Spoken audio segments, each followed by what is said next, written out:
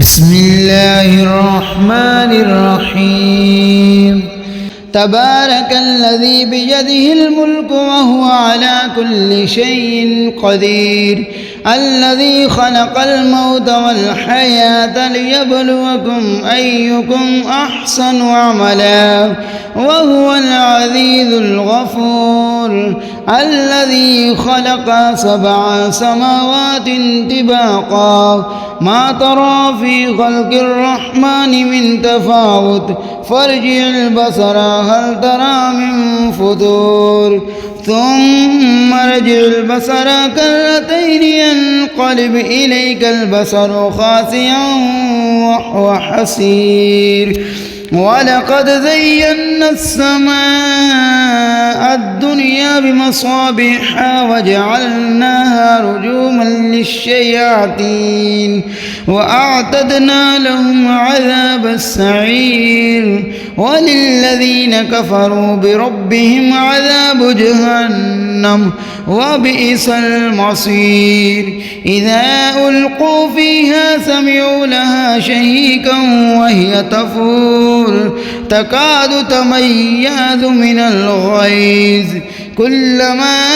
ألقي فيها فوج سألهم خزنتها ألم يأتيكم نذير قالوا بلى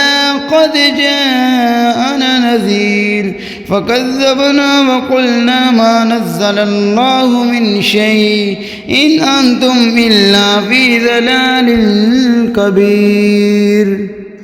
وقالوا لو كنا نسمع أو نعقل ما كنا في أصحاب السعير فاعترفوا بذنبهم فسحقا لأصحاب السعير إن الذين يخشون ربهم بالغيب لهم مغفرة وأجر كبير وأسروا قولكم أو اجهروا به إنه عليم بذات الصدور ألا يعلم من خلق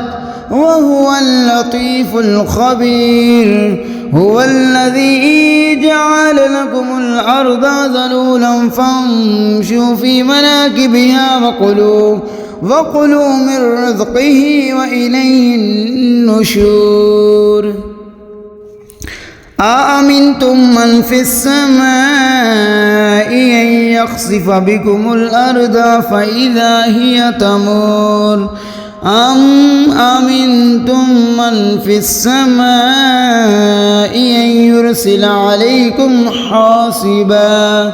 فستعلمون كيف نذير ولقد كذب الذين من قبلهم فكيف كان نكير أولم يروا إلى الطير فوقهم صافات ويقبضن ما يمسكهن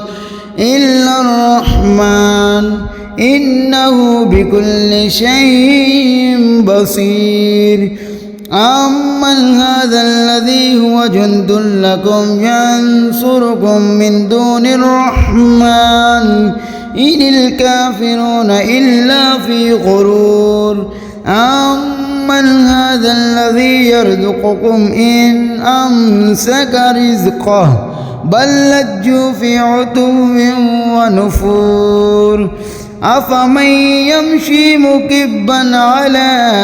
وجهه أهدى أمن يمشي سويا على صراط مستقيم قل هو الذي أنشأكم وجعل لكم السمع والأبصار والأفئدة قليلا ما تشكرون قل هو الذي ذرأكم في الأرض وإليه تحشرون ويقولون متى هذا الوعد إن كنتم صادقين قل إنما العلم عند الله وإنما أنا نذير مبين فلما فلما رأوه زلفة سيئت وجوه الذين كفروا وقيل هذا الذي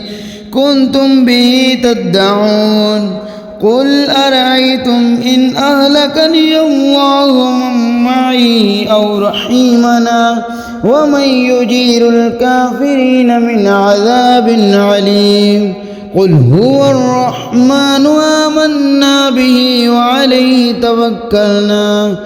فستعلمون من هو في ضلال مبين قل أرأيتم إن أصبح ماؤكم غورا فمن يأتيكم بماء معين